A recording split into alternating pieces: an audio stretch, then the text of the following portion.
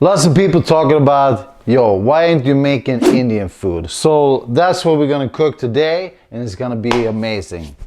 First of all, we're using some garlic, ginger, and green pepper.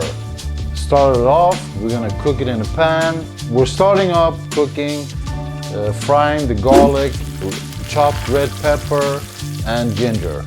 Then we're adding spices. We're gonna use cumin, salt, some pepper, curry. Then we're adding some vegetable broth. We're adding some cocoa milk. And then we're adding some red lents. And finally, we're adding the rice. We're starting with the garlic, as I said, chopping it up, 3 to 4 cloves. Then we're chopping up the green pepper, adding 2 of these. And of course, if you want to make it a little bit more spicy, you should include the seeds. An easy way to find out if it's really hot is just, taste it, put it on your tongue. If it's burning almost straight away, one of these will be enough.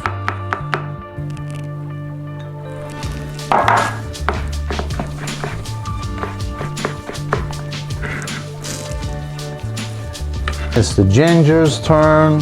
I'm using a nice chunk.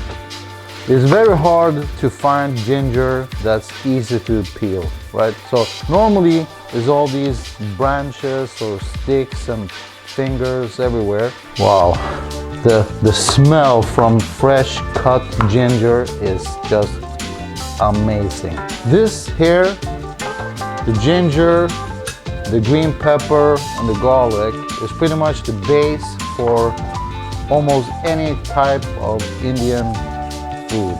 Sometimes you do things because you have to, but you should enjoy cooking, right? Because it's like if you're painting a wall and you get tired when you're almost done and you don't finish it, leaving half the wall unpainted, everyone will notice. The same with cooking. Between sets, we always clean the workspace. It's very important. It makes you feel better. You don't have to clean so much when you're done with everything. We have the ginger, the pepper, and the garlic. Now it's time for the spices. We have the salt, white pepper, tumric, garlic powder, curry, a little bit of paprika. Some people put this, they use tablespoons, blah, blah, blah. That's not for me. There's no way that I will add a teaspoon or tablespoon into anything, because I'm adding and tasting, and if it's not good enough, then I'll add more, because this is the way that I feel anyone that calls themselves a chef, or if you're making a dinner, cooking, whatever, you should always taste. Adding a teaspoon, you're not baking, you're cooking. Please stop with the tablespoons and teaspoons of spices. Stop! Sliced chicken fillet, the garlic and the ginger and the pepper that we're frying from the start. So it's important to have a good pan, and it's important to not overheat the pan so you burn the food, right? Stir it, watch the food. If you have anywhere else to be, cooking is not meant to be. Be there, enjoy it. We're adding a little bit of more butter and a teeny bit of oil. We want to bring out the flavor in these things, right? Now we're starting to add the spices. It's impossible to know how much you should add from the start, but you have to guesstimate and use experience. And then, of course, you need to taste as we go along. We're gonna add a pinch of water, cook the chicken. This mix, I'm adding approximately 1 to 1.2 kilos of chicken. Beautiful color. It's so amazing, truly amazing to watch the food just turn like red orangey.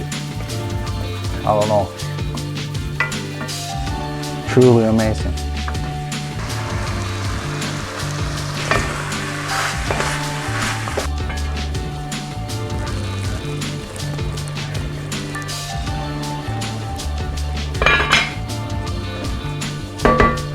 Look at that beautiful red color.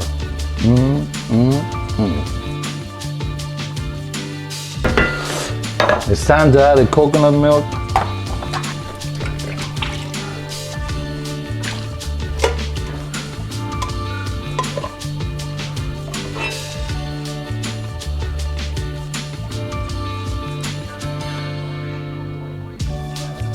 Curry and a little bit of red paprika, bring out the flavors even more.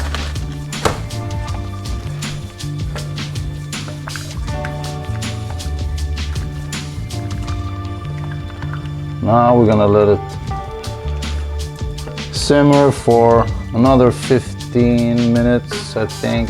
Then it should be well done. Let's go.